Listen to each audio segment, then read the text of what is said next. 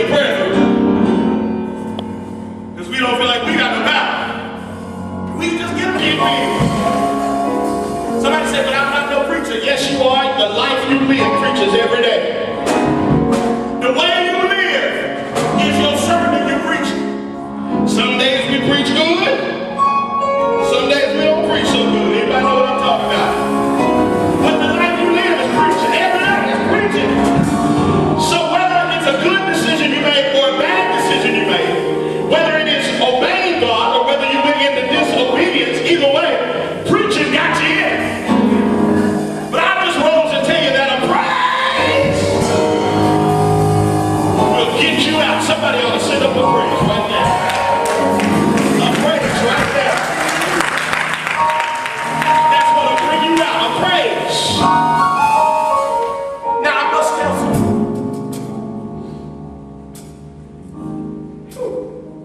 Noah, he brought this man on the ship 2 by 2. He was on that ship a long time. It was awful dirty on that ship. You think about how long that was that ship? You got 2 of every kind of animal. Y'all know animals stink. Amen?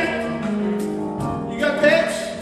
You know animals. People can stink. But that's animals. Come on, tell them a little thing.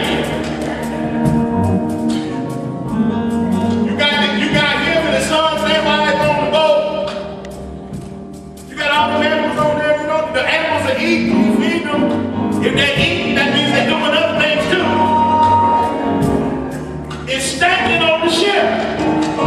It's stanking. Somebody say stanking. Jesus.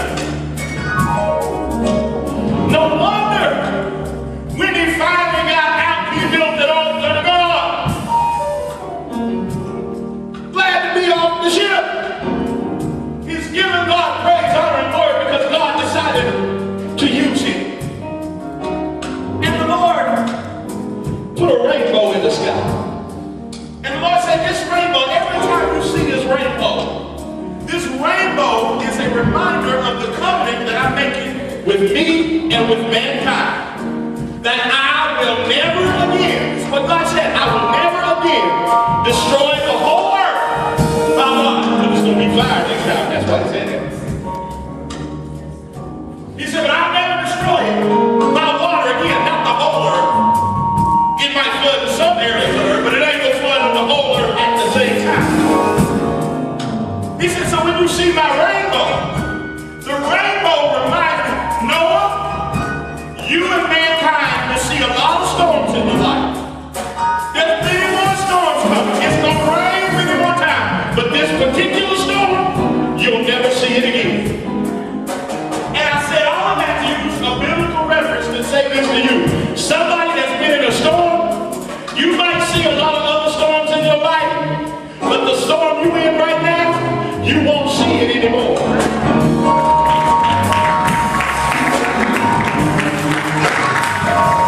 The storm you're in right now,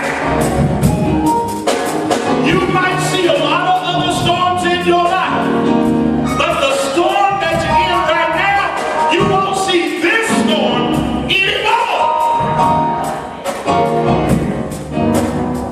You are in one of 3 places in your walk with God.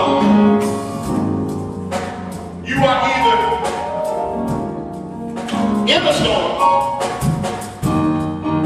on your way out of the storm, or you got to go in to a storm.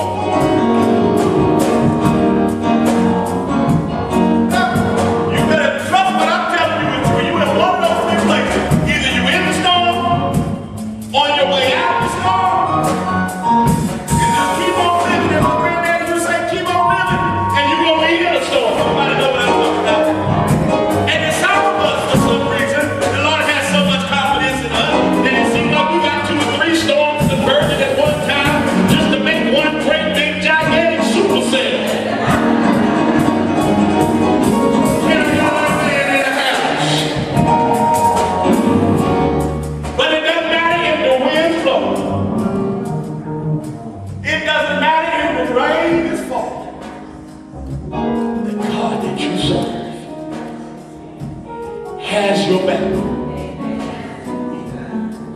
has you covered. And since he has you covered, stop worrying about it. Stop worrying about it. But you don't know. Stop worrying about it. God has a plan. And since he has a plan, the same God that's holding up the word by his word, it's the same God that's holding you up.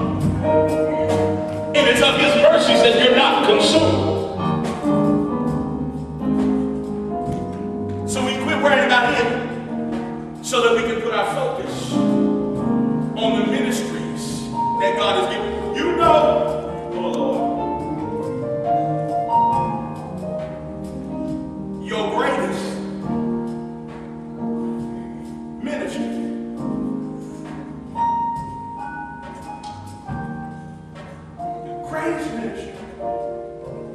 that God has given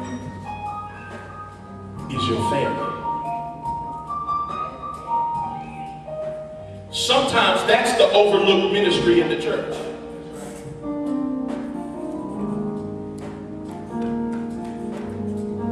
Your family. And it's amazing how, because sometimes the things we really need to do for our families, we don't do. But then when we're lazy and don't want to do the other things for the other ministries that God has given us to do, then we say, but I got my family.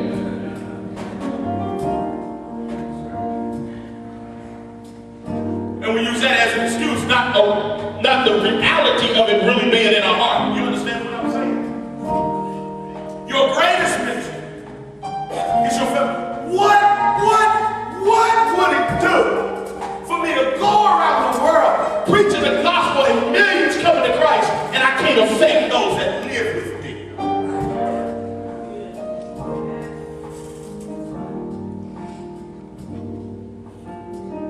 That my own loved ones, I never ministered to them.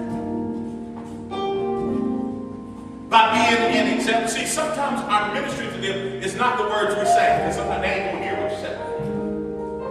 But they do watch how you live. They do watch how you react.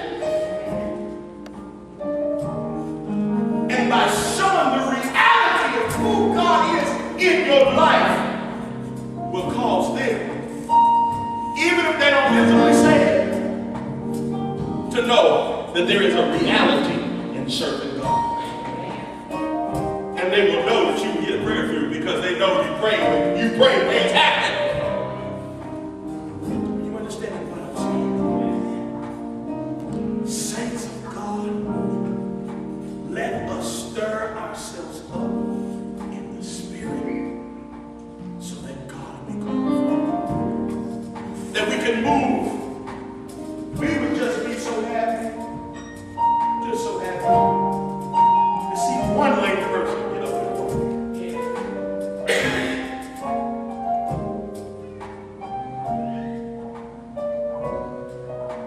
But we need to go to that next level where that multitudes. The harvest is plentiful, but the laborers are few. But I'm talking today to a sanctuary full of people who have said, Lord, I'm available to you. I'm talking to people who have said, God, use me. Who have said, Lord, I'm available to you. And so because you want to be used, because you're available to him, and because you know, God, what's your will? He said, my heart is full of my will. Deliverance is in my will. Healing is in my will. He said, I will because it's in my will. You don't have to pray, Lord, if it be thy will. It is his will. It's in his will. This is the will that you have. Oh, you got to do it when we make natural wills. Now when we die, who gets what? You get the car, you get the house, you get the money, you get nothing.